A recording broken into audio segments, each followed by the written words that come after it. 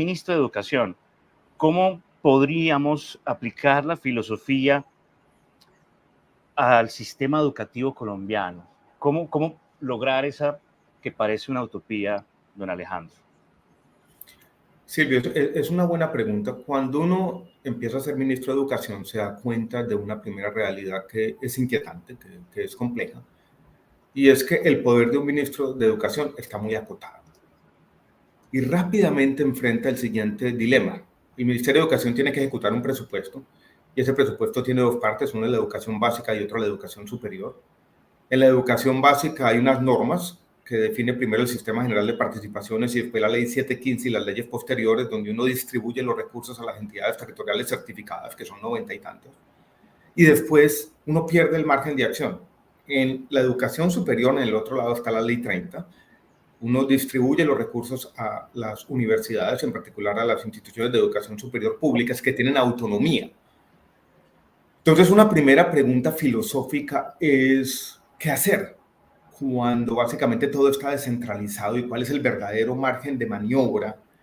Y cómo tratar de hacer una pedagogía pública para decir, mire, yo tengo menos poder del que usualmente se asume en las democracias.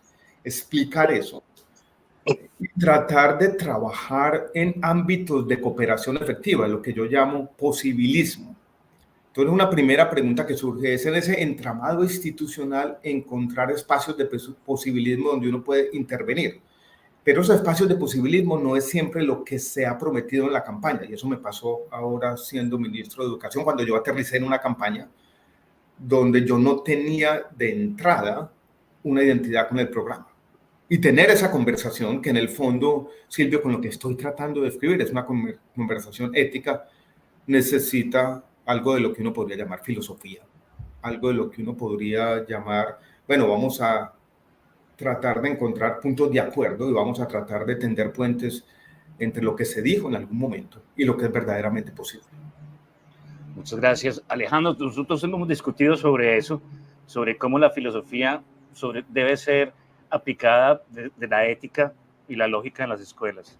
Así que nos gusta su respuesta. Vamos a escuchar ahora la pregunta que voy a decir para Hanna.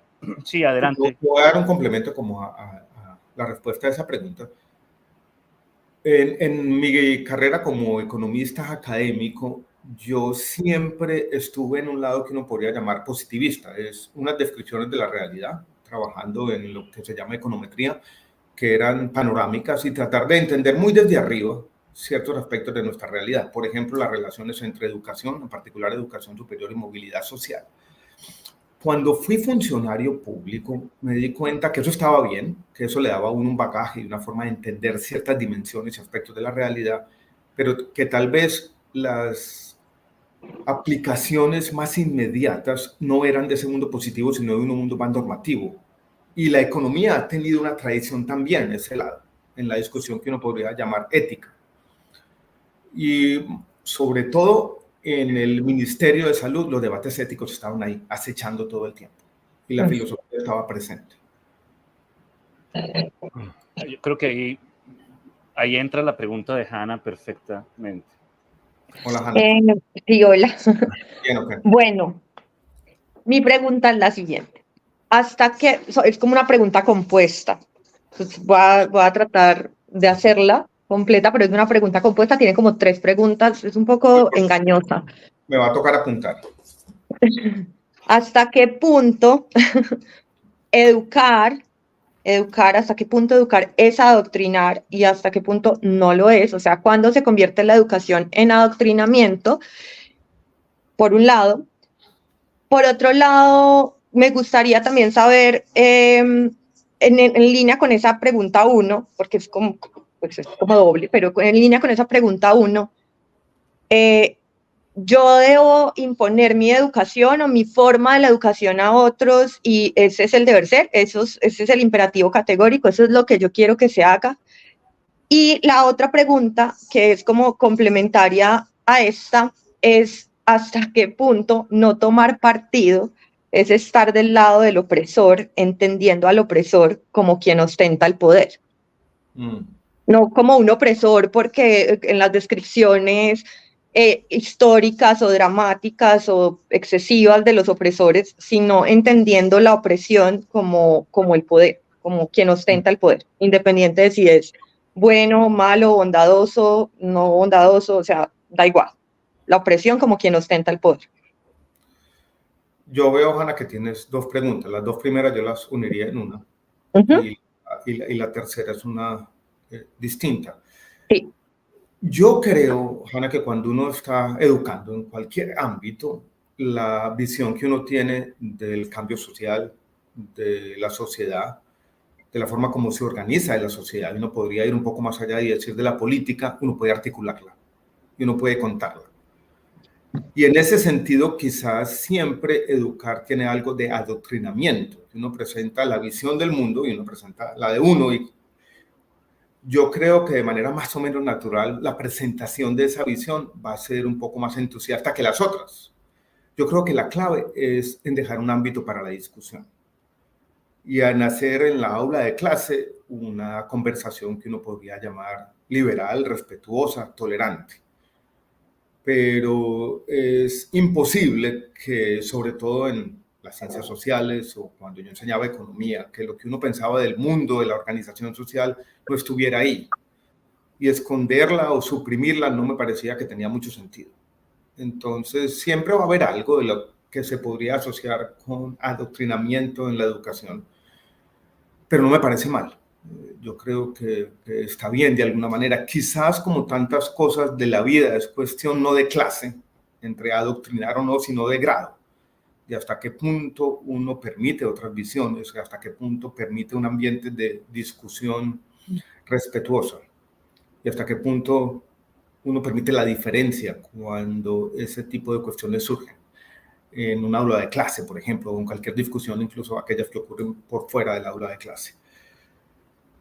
Tomar partido y el opresor. Yo creo que tu pregunta, Hanna, yo creo que tiene que tener en cuenta cuál es como el ambiente. Yo creo que cuando hay un ambiente opresivo, antidemocrático, hay que tomar partido.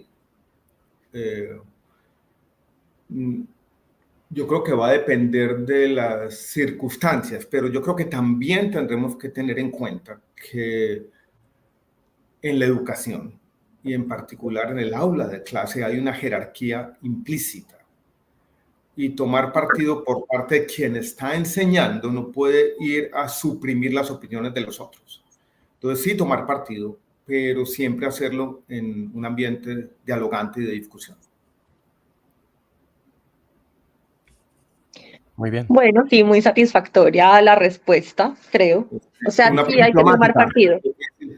No, pero además yo no hablaba solo de la educación en la segunda, claramente. Sí hay que tomar partido. Sí hay que tomar partido. Es necesario tomar partido. Yo creo que hay que tomar partido. Sí. Ahora, hay que tomar partido en un sentido auténtico también. Tomar partido teniendo en cuenta lo que uno piensa. No tomar partido porque sí. Y no hacerlo falsificando nuestras preferencias y nuestra visión del mundo. Porque en la política también puede surgir, bueno, yo voy a tomar partido porque esto es lo conveniente, pero hay una falsificación de lo que uno está pensando y eso tampoco me gusta. Ahí, perdón, Gustavo, por hacer esa interrupción, sino que la respuesta de Alejandro necesariamente me picó la lengua, de verdad. Y es como, yo quisiera entender, y creo que esta pregunta la tienen muchas personas, o es una duda. Yo no tengo tanto esa duda, creo que más o menos he entendido qué pasó, pero quiero entender cómo fue esa decisión porque muchos piensan, de hecho, que usted tomó la decisión de apoyar la campaña de Gustavo Petro porque era conveniente, porque había unos intereses propios, particulares, por conveniencia. Y que después de esa conveniencia, cuando se ve afectada, usted decide tomar partido en contra. Yo quiero entender esa dinámica, entendiendo lo que usted me acaba de decir, porque, como usted me acaba de decir, eso tiene que ver con la autenticidad, o sea, con las elecciones de uno sin negar lo que uno es. Entonces entiendo que hay un primer momento donde, según esa necesidad del momento, usted tomó esa decisión y hay un segundo momento donde, según esa lectura del momento, cambia la decisión. Pero quiero entender cómo se dio eso y creo que muchas personas quisieran entenderlo también. Sí, Hanna, hay un tema interesante a la hora de juzgar las decisiones políticas que toman los otros. Y es que siempre hay, lo voy a decir de esta manera, un exceso de suspicacia. O sea, siempre se supone que el otro está tomando decisiones por conveniencia, por interés, nunca por principio. O sea, en la política de moral, todo el mundo cree cuando juzga que aquel que juzga es el que tiene unos principios que siempre va a respetar, pero que los otros siempre toman decisiones por interés. Yo tomé 2 decisiones con respecto a mi entrada al gobierno Petro. La primera fue apoyarlo, que se dio entre primera y segunda vuelta. Y lo hice en un sentido, esto va a sonar raro, pero casi trágico, ¿no? A mí el otro candidato, Rodolfo Hernández, me parecía casi que una forma que la democracia había escogido para burlarse de sí mismo. Y yo había interactuado con él en la campaña y él se enorgullecía de no tener programa de gobierno. Y eso, pues a mí no me gustaba. Yo sabía los riesgos que entrañaba Gustavo Petro, pero él por lo menos había sido claro en su programa, en lo que decía y en lo que quería. Y hubo en ese espacio, uno puede juzgarlo en retrospectiva de muchas maneras, una intención por lo menos explícita, yo no sé si genuina, auténtica, verdadera, de un acuerdo nacional, de conformar un gabinete plural, y es en ese contexto en el que yo tomo la segunda decisión, reticentemente, con dudas, con temores, anticipando que quizás yo no iba a ser ministro por mucho tiempo, pero tomé la decisión, esto va a sonar raro y nadie o muy poca gente lo va a creer, de aportar al país en ese contexto. ¿Qué tranquilidad tengo yo? Yo, porque nadie puede conocer de primera mano los espacios en los que yo participé, y yo nunca me traicioné a mí mismo. Siempre levanté la mano y dije, yo no estoy de acuerdo con lo uno, no estoy de acuerdo con lo otro. En el tema de la reforma a la salud, siempre fui claro y vehemente en mis opiniones y pasó lo que pasó. Súper. Gustavo, ibas a preguntar y te interrumpí. No, excelente la contrapregunta de Hannah. Y sobre el asunto del adoctrinamiento también estaba pensando. Yo leí un libro de Ralph Waldo Emerson hace tiempo que se llama Confianza en sí mismo, ¿no? Y él dice ahí una cosa que me marcó desde cuando lo leí, que es, tú tienes que decir la verdad siempre, y si mañana cambias de opinión, pues mañana también dices la verdad, porque cambiaste de opinión, ¿no?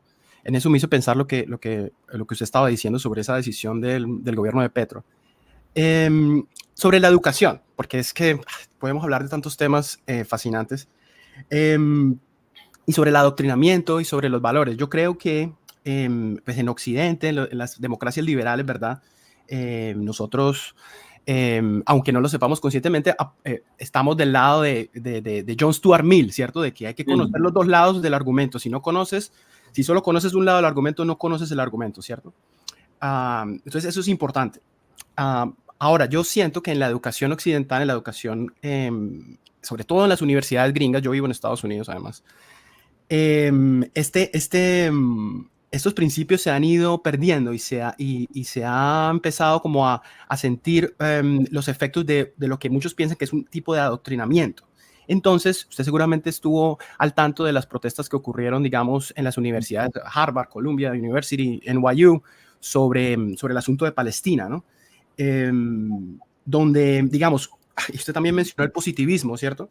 Yo siento que la educación nuestra está ahora, digamos, afectada por un cierto relativismo y por un cierto constructivismo, ¿cierto? Que cosas de las que no podemos hablar después en otra ocasión. Pero, ¿qué piensa usted, por ejemplo, de universidades de élite, estudiantes que son supuestamente las personas más intelectuales pues, de la sociedad occidental, enarbolando eslogans como Queers for Palestine, ¿cierto? O qué sé yo, la idea de que la especie humana no es bimorfa, es decir, de que el sexo es una construcción social, ese tipo de cosas. ¿No?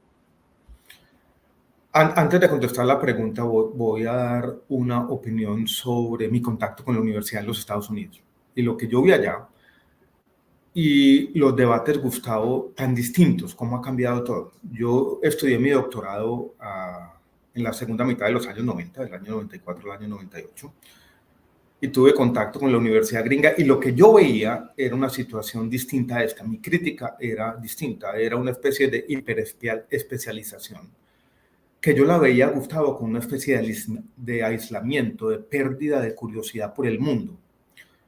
Uno de mis artículos de la tesis de doctorado es un artículo sobre presión de grupo en ambientes escolares, que después tuvo impacto en lo que yo hice y esa forma como la vida intelectual de todos se conecta. Y yo recuerdo que ocurrió lo siguiente. Yo leí un artículo en el New Yorker que había escrito una psicóloga que se llama Judith Harris, murió hace aproximadamente 2 años, sobre ese mismo tema. Y recuerdo ir a una reunión con uno de los directores de mi tesis de presentarle este artículo, que era un artículo de divulgación general, que había sido publicado en una revista seria, no académica, y el tipo me dice, yo no leo nada que no sean revistas académicas. Básicamente me dijo, usted por qué está perdiendo el tiempo. Y eso no me gustaba. Y de alguna manera empezó en mí como una tensión con el mundo académico pleno, con esa hiperespecialización y olvido del mundo. Eso fue lo que yo viví. Ahora la crítica es la otra, ¿no? Es cómo esa academia ha empezado a conectarse con los debates, pero conectarse en un modo que no es plural y donde hay algunos ambientes, sobre todo en las ciencias sociales, donde la diferencia ya no es respetada. Y ahí viene la alusión que tú haces a John Stuart Mill. Yo no viví ese ambiente. Quizás alguien podría decir que si lo viví fue en el sentido contrario. Yo estudié pues, en una facultad de economía muy orientada a los debates cuantitativos, no había grandes debates políticos, pero era un momento, década del 90, donde básicamente la crítica al capitalismo era inexistente en ese ambiente económico, entonces era quizás del otro lado. Pero me preocupa lo que pasa en algunas universidades de los Estados Unidos y no me resulta difícil no pensar cómo el sistema educativo de los Estados Unidos, que sigue siendo admirable en muchas dimensiones, hace parte de la crisis que está ocurriendo en ese país, ¿no? Cómo no ha sido capaz de dar luces en debates tan complejos, cómo no ha sido un freno para la decadencia que aparece por todas partes.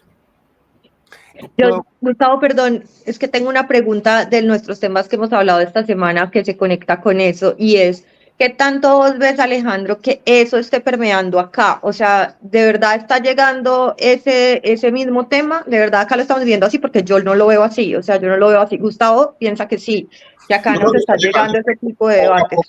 Poco a poco, Yo Ana, siento que está instalando ese debate aquí de manera un poco artificial, porque es artificial, pero es artificial.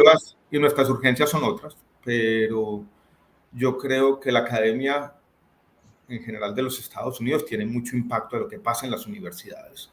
Y por lo menos en las facultades de ciencias sociales en Colombia, yo creo que ya estamos teniendo debates parecidos y esos debates saltan muy rápidamente al mundo de la política.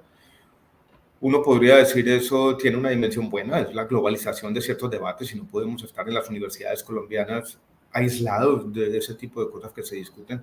Pero hay otro tema que me parece a mí interesante de la universidad y en particular de los temas de investigación.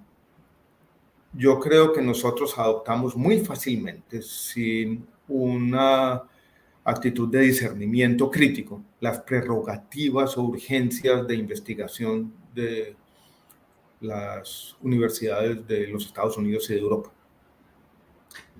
Ahí tengo una pregunta de investigación que son muy relevantes en nuestro país, que para un investigador, con los incentivos que tiene una universidad, no siempre resulta conveniente abordarlos.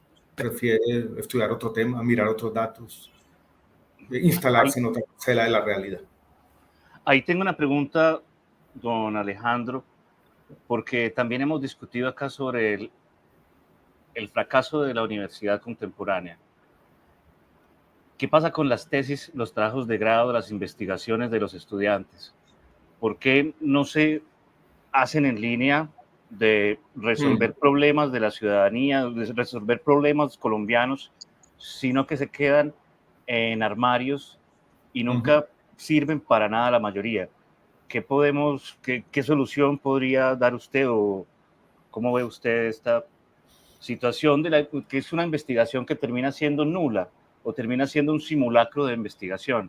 ¿Cómo hacer que esas tesis o trabajos de grado, monografías, sirvan para algo, por decirlo de otra forma? Es una pregunta difícil y en el mundo de la academia esa visión utilitaria de corto plazo siempre ha sido vista con sospecha y decir, es difícil juzgar desde el presente que es útil y que no es útil. Y rápidamente algún académico va a levantar la mano y decir, mire, esta investigación que no parecía útil terminó siendo fundamental para esta u otra, por ejemplo, innovación tecnológica o cualquier cosa. Pero yo comparto, Silvia, en parte tu crítica y lo voy a hacer como autocrítica. Cuando yo estaba haciendo mi tesis de doctorado, tenía una tensión. Primero, yo tenía una curiosidad por lo que estaba pasando en mi país y algunos de los artículos fueron allá, pero los otros estuvieron más o menos definidos, no por curiosidad por el mundo, vuelvo a utilizar la misma expresión, sino por problemas formales. O sea, yo no escogí un tema o un problema que le interesara a alguien que estaba tomando decisiones públicas, sino básicamente un acertijo, un problema formal, en este caso un problema econométrico. Y eso era lo que le gustaba a los profesores. Y esa era la forma de básicamente construir un prestigio en la academia. Recuerdo que en ese momento yo tenía un compañero americano que era mayor que todos nosotros. Él estaba haciendo su doctorado ya a los 40 años. Su papá era un escritor de ciencia ficción gringo. Y él en algún momento, él terminó saliéndose del doctorado, me dijo a mí, este departamento de economía es un departamento de ajedrez. Todo el mundo está involucrado en temas que son inherentemente interesantes, pero que nada tienen que ver con este mundo. Es un juego donde todo el mundo está tratando de mostrar que es muy inteligente, pero no habitamos este mundo. Era muy grosero en la clase. Básicamente tenía una suerte de exasperación con esa cosa que estaba pasando. Y tenía algo de razón. Son los problemas de la academia todavía en la actualidad. Un saludo a los oyentes, los invitamos a seguir escribiendo, que vamos a leer sus comentarios. Una pregunta sobre educación para terminar esta parte y darle a Gustavo su sección de noticias sobre educación. Pero es que Gustavo tiene otra que no ha hecho también. Después de la tuya, entonces va la otra de Gustavo y luego la sección de noticias. Gustavo está que pregunta. No hay drama. No hay drama. En ese sentido... Gustavo, ¿tú vives en Estados Unidos y trabajas en una universidad o has tenido contacto con el... Yo trabajo en un colegio. Trabajo en colegio. Pero trabajé en universidades también y mucho en museos. Interesante. Don Alejandro, entonces, ¿cómo vamos a hacer en Colombia para que los estudiantes no tengan como única opción profesionalizarse con el fetiche de mi hijo o yo tengo que ser profesional y no ir a instituciones como el SENA para sacar una técnica que en 7 meses le puede dar una forma de vivir? Porque, ¿cómo hacemos para cambiar el chip y decir, hey, la educación técnica también es valiosa y además te puede lanzar a la vida productiva y profesional mucho más rápido que la licenciatura en filosofía y letras? ¿Cómo hacemos para venderle esto a los muchachos de hoy? Me gusta la autocrítica, Silvio. Yo creo que la educación tiene ese doble papel. La educación, y yo soy economista, tiene un papel de capital humano, de permitirnos una inserción en los mercados laborales, pero tiene el otro también. La educación es una educación para reflexionar sobre el mundo. Yo creo que tiene que haber un equilibrio. Un énfasis en solo una parte de la educación siempre será inadecuado. Pero yo creo que lo que tú estás diciendo está cambiando y va a empezar a cambiar no por el lado de las universidades. Si hablo como economista, lo diré no por el lado de la oferta, sino por el lado de la demanda. Porque muchos jóvenes ya se están dando cuenta, tienen cierta impaciencia, que un programa corto de 1 año y medio, de 2 años, de 3 años, va a ser mucho más eficaz a la hora de garantizar esa inserción en los mercados laborales, de que la educación ya es más para toda la vida, de que el mundo que viví yo, donde básicamente uno salía del colegio, hacía una carrera, se instalaba en una profesión liberal y básicamente eso que había estudiado en la universidad le daba para toda la vida. Esa era la educación. Eso está cambiando. La Universidad de los Andes, cuando yo estuve, ya estaba pensando de manera seria a abrir, dijéramos, una institución paralela que iba a contaminar a la misma universidad de programas técnicos y tecnológicos, como lo había hecho ya la Universidad Católica de Chile y como lo había hecho el TEC de Monterrey y como está ocurriendo en buena parte del mundo. Muy bien. Gracias, profesor? Es que Hannah mencionó que nosotros tenemos un desacuerdo, más o menos. Claro, porque estamos en un contexto distinto. Yo vivo acá y ella está en Colombia. ¿Cuánto tiempo llevas viviendo en Estados Unidos, Gustavo? 10 años. Okay. En distintos lugares. En Nueva York viví mucho tiempo y ahora estoy en Texas. ¿En dónde en Texas? En Dallas. En Dallas, sí. Claro, digamos, cuando, en Colombia los problemas son que las FARC utilizan drones para lanzar granadas y matan a un niño en una cancha de fútbol. Esos problemas son tan profundos de violencia que parece ridículo ponernos a hablar, por ejemplo, de qué es una mujer, ¿no? Pues, porque voy a tener una conversación de género en este momento cuando necesito resolver otras cosas. Por supuesto, estamos de acuerdo, ¿no? Sin embargo, al mismo